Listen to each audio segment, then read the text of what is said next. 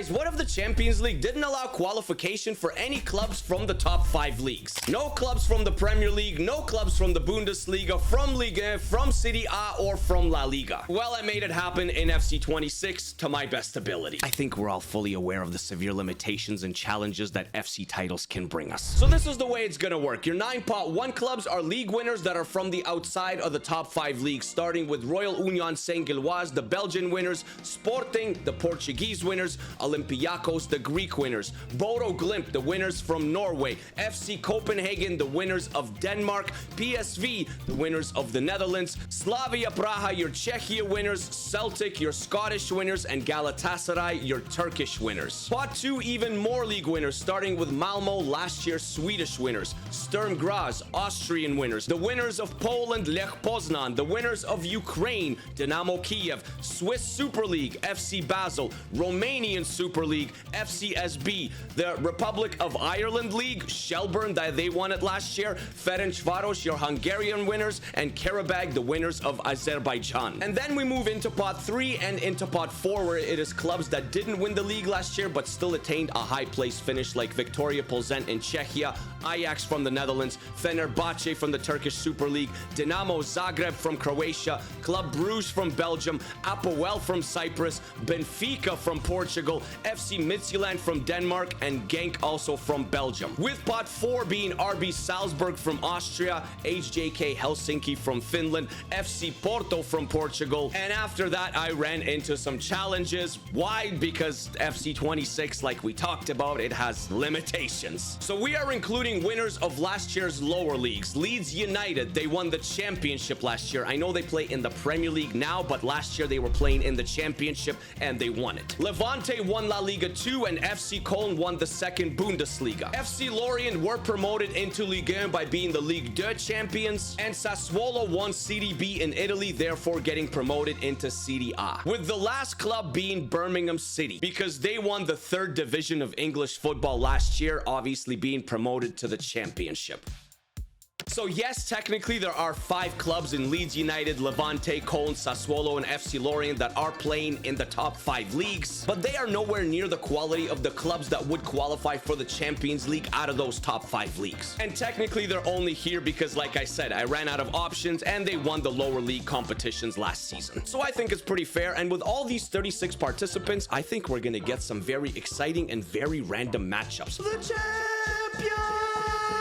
Going over our 36 clubs that are taking part in this competition, who the heck is winning it, guys? Who is the favorite here? It could possibly be a Galatasaray or maybe a Fenerbahce, maybe a Portuguese side in Sporting, Benfica, Porto, maybe Olympiacos, but I truthfully don't think you can write off a single club. What can we expect from this Champions League? What kind of curveballs will it throw us? After 4 UCL League phase matches being played, it was Sporting that was on top, guys. 4 wins from 4 on 12 points, followed by Slavia Praha from Czechia, also undefeated so far on 10 points, and surprisingly, FC Copenhagen from Denmark. We talked about Galatasaray possibly being one of the favorites to win this competition, and they are also performing like it so far, also being on 10 points. But there are a few surprises happening already, like Malmo being in 5th place, 2 wins and 2 draws on 8 points. Leeds United is in 6th, Olympiacos is in 7th, and Genk has rounded off the top 8. Victoria Plzeň, Fenerbahce, Celtic, and Sassuolo are all currently in a playoff position. Same thing with Porto, Benfica,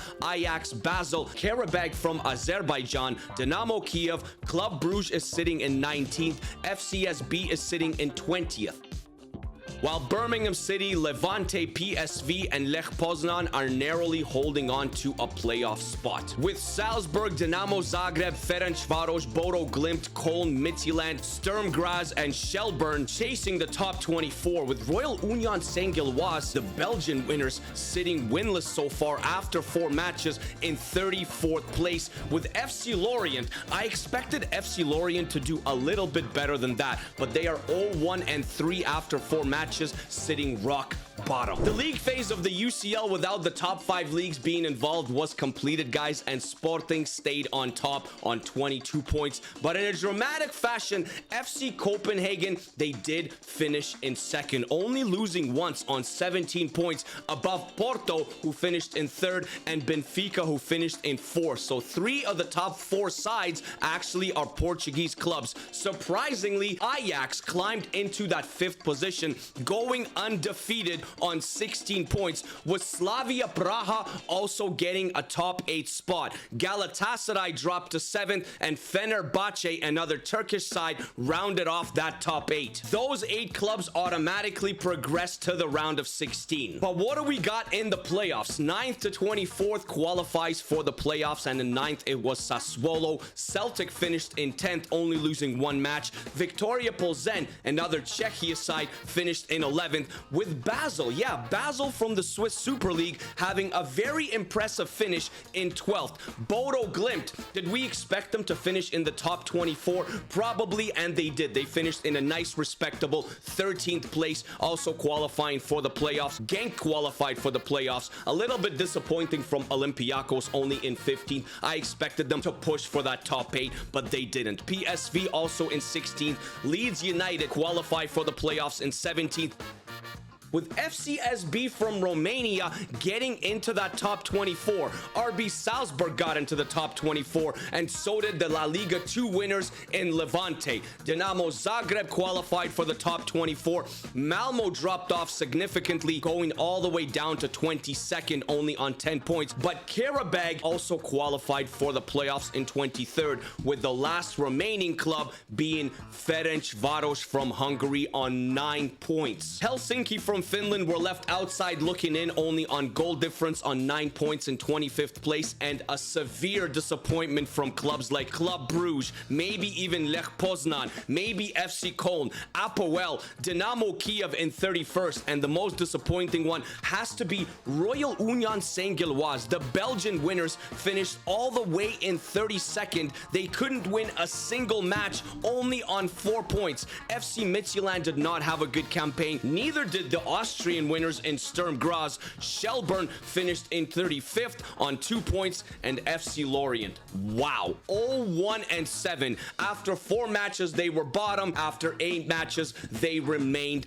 bottom. They conceded 20 goals while only scoring 7 times, minus 13 goal difference, a single point worst in the entire competition. We said the elimination and knockout matches would produce some fireworks, and look at the matches that we have. It is FCSB versus PSV, Karabag versus Celtic, Malmo versus Victoria Plzeň, Bodo Glimt versus Levante. Leeds United takes on Olympiacos just to get to the round of 16. Ferencváros versus Sassuolo, Basel versus Dinamo Zagreb, and RB Salzburg takes on Genk. Samu from Porto is leading the way so far after the league phase with 10 goals in 8 appearances, and in second, it is Ajax's own Wout Weghorst, the veteran, 7-8. Pedro Goncalves from Sporting also has 7-8. The US international Ricardo Pepi from PSV, 7-8. Kerem Aktürkoğlu from Fenerbahce, 7-8 as well, with Franjo Ivanovic from Benfica scoring 6-8. Matej Vidra, also another veteran player from Victoria Plzeň, has 6 goals in 8 appearances. The 2-legged knockout playoffs to get to the round of 16 were completed. We had some very lopsided matchups, but a lot of close encounters, guys. That PSV versus FCSB knockout fixture, it was over before it even started. PSV hammered FCSB 7-2 on aggregate. PSV advanced to the round of 16. And Celtic did the same thing to Karabag, 7-2 on aggregate, also advancing to the round of 16. But after that, every single matchup was close. Every matchup was dramatic, starting with Victoria Plzeň taking care of business narrowly against Malmo from Sweden, 2-0, and advancing to the round of 16. Bodo Glimt lost 2-3 on aggregate to Levante. They lost the first match, won the second match, but they didn't score enough in that second leg. Olympiacos 4-3 on aggregate over Leeds United, and Leeds United go out in the knockout playoffs with Olympiacos making a push to the round of 16. Sassuolo Sassuolo did the same thing to Ferencvaros from Hungary. It was close, guys. 4-3 on aggregate. This one also surprised me. FC Basel 3-1 on aggregate over Dinamo Zagreb. They went to Zagreb, beat them 1-0 there, came back to Switzerland and won 2-1 at home. And Genk, look at Genk versus RB Salzburg. 5-4 on aggregate. Genk came back, winning 4-2 in the second leg, crashing out RB Salzburg from the competition, and Genk, the Belgian side, went to the round of 16. The round of 16 matchups of our Champions League were set. Basel versus Slavia Praha, Genk versus Porto, PSV versus Sporting. What a matchup that is. Celtic versus Galatasaray. What a matchup that is. Then Olympiacos facing the surprising FC Copenhagen, Sassuolo versus Fenerbahce, Victoria Plzen versus Ajax, and Levante versus Benfica. It feels like these types of fixtures are made for people like us that really enjoy fairy tale stories. I'm looking at PSV versus Sporting, and one of them will be eliminated in the round of 16. Same thing with Celtic versus Galatasaray. These two would probably be considered a heavyweight in a competition like this. And just knowing that either Basel or Slavia Praha will be in the quarterfinals brings a genuine smile to my face. And oh boy, let me tell you how the round of 16 matchups played out to get to the quarterfinals of this Champions League. What do we have? Well, first of all, we got Slavia Praha losing to FC Basel over 2 legs, 4-3 on aggregate, and FC Basel moving into the last 8. Then we had a 9-goal thriller, Porto versus Genk. It was 5-4, and Porto came out with the victory, guys. But the other Portuguese side, the one that finished first in the league phase, Sporting. Remember Sporting, how they went undefeated in the league phase? They lost 3-1 on aggregate to PSV. This is what we're here for. Sporting is eliminated only in the round of 16 after having an incredible league phase campaign,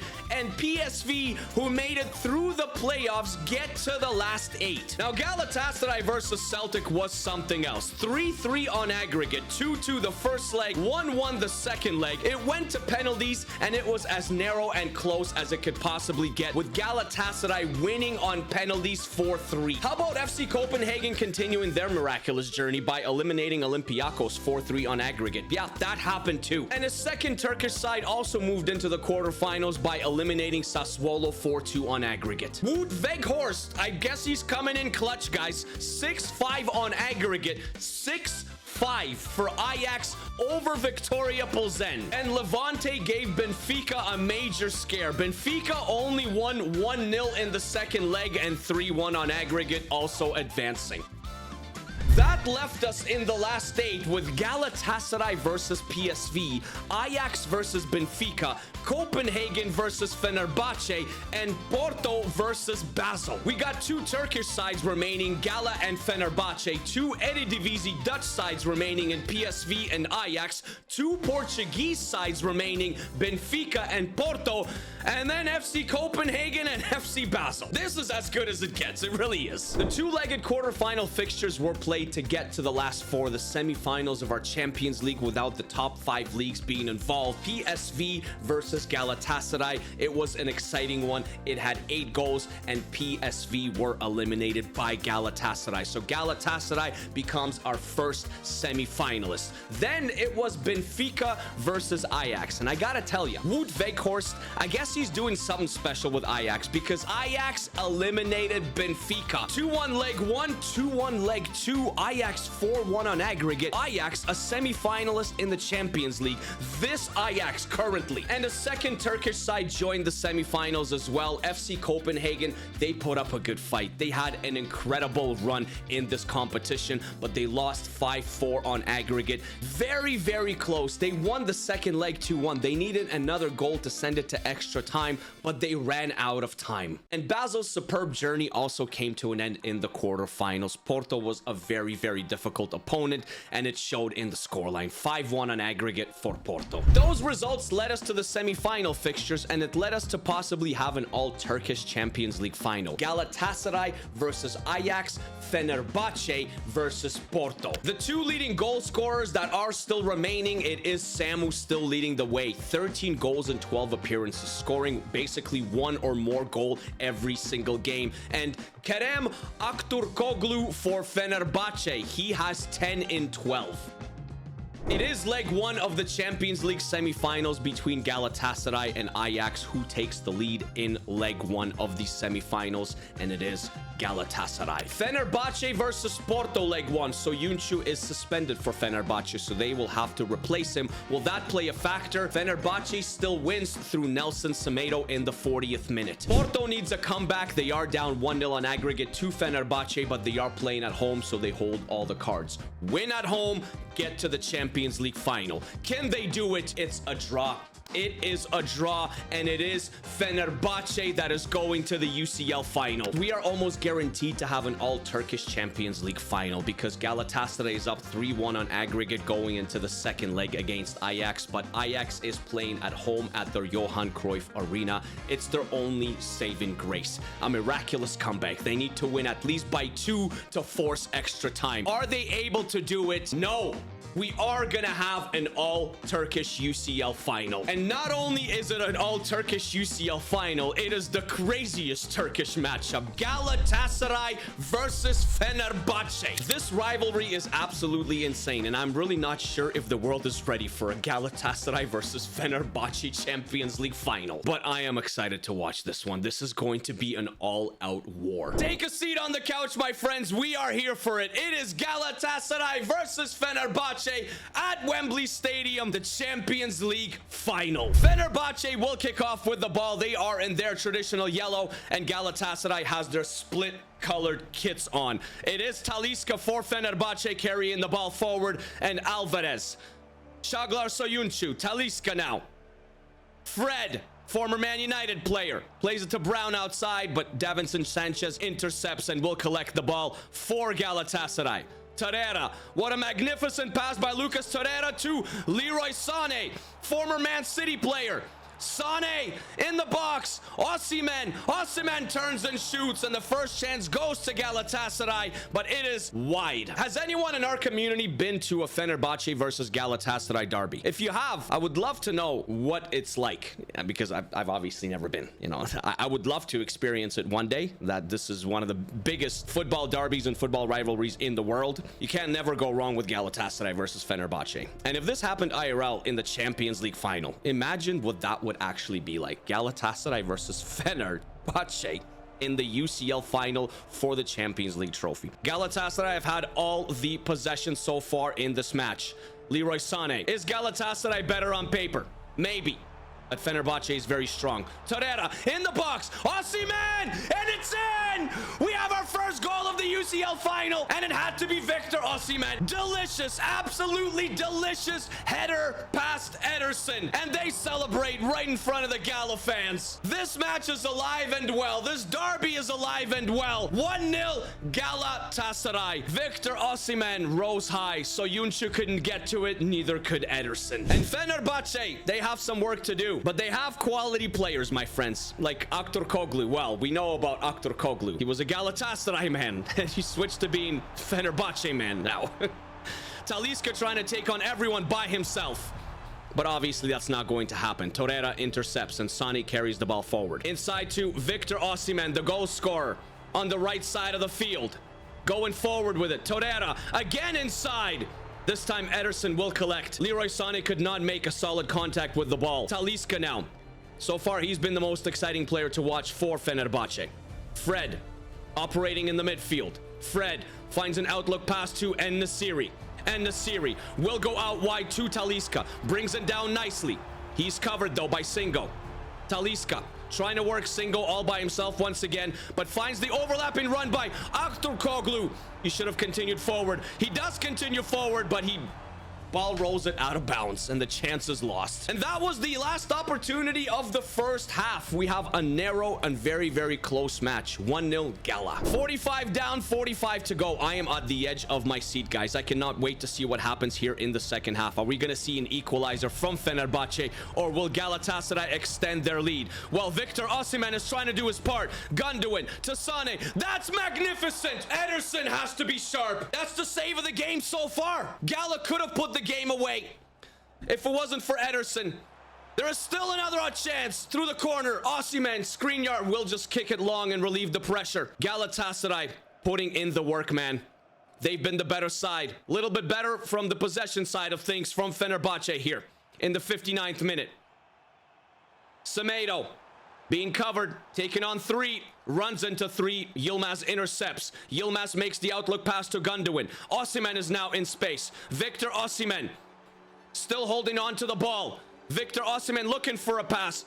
Çağlar Sayuncu intercepts, and Mulder will collect the ball for Fenerbahce. We are approaching the 70th minute mark here. Talisca. Fenerbahce need to start creating some chances. Galatasaray is doing a really good job of covering everybody. The possession is good. The chance creation isn't for Fenerbahce. It's just not happening. They can't find the open space, the runs. Fred, maybe here. That's a good ball. Semedo into the box. Who can jump up? And Nasiri, Aktürkoğlu! Get him, Aktürkoğlu! Equalizes for Fenerbahce. A chance that comes out of nothing. It just laid perfectly for him, and he places it perfectly. He really does. Galatasaray fans must hate him. It is 1-1. And so the game continues. A dramatic late goal from Fenerbahce to equalize. But there is still time when we're in the 81st minute. Galatasaray looks dangerous every time they go forward. Every time they have the ball. Every time they have possession. Every time they're creating some sort of chance, some sort of opportunity. We might go to extra time unless we see some very late drama. Barış Yilmaz. It looks like Galatasaray could be the team to do it here. Osimhen. Torreira.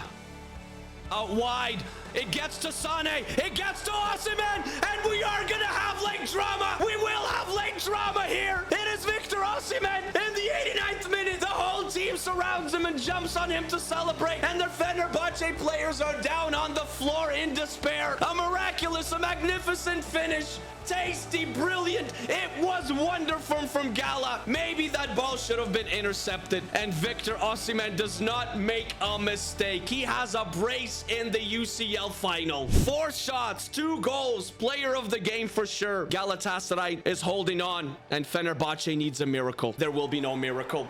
There will be no miracle. Galatasaray gets the best of Fenerbahce once again. This time in the UCL. Basel from Switzerland made a deep run. FC Copenhagen from Denmark made a deep run. But at the end of the day, our Champions League final was an all-Turkish Champions League final. And what a rivalry matchup it was. Galatasaray versus Fenerbahce. The final delivered everything. It had goals. It had late drama, with Galatasaray narrowly taking care of business against their rival counterparts in Fenerbahce and lifting the Champions League trophy without the top 5 leagues being involved. Take care of yourselves, guys. Take care of each other. Stay happy, stay healthy. Always keep smiling. I truly hope you enjoyed this one. It was really fun. If you have any other cool ideas that you'd like to see on the channel, please comment them down below. I have a bunch of new fresh content coming that isn't FIFA/FC, FC26, so please stick around for that. Peace. Galatasaray, congratulations. You are the Champions League winner. Peace.